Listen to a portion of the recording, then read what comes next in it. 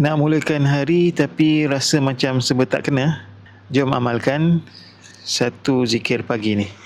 Pendek je tapi ganjarannya luar biasa.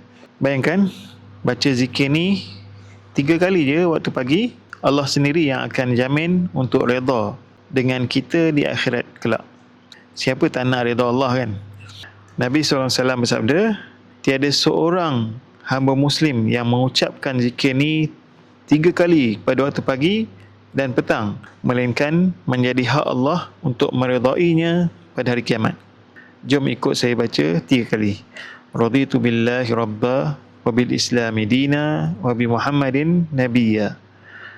Raditu billahi rabba wa bil islami dina wa bi Muhammadin nabiyya.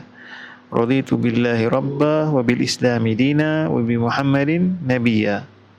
Maksudnya, saya redha Allah sebagai Tuhan, Islam sebagai agama dan Muhammad sallallahu alaihi wasallam sebagai nabi.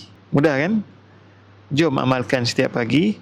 Jangan lupa save video ni untuk rujukan dan share kepada kawan-kawan supaya kita semua sama-sama dapat redha Allah hari ini. Assalamualaikum.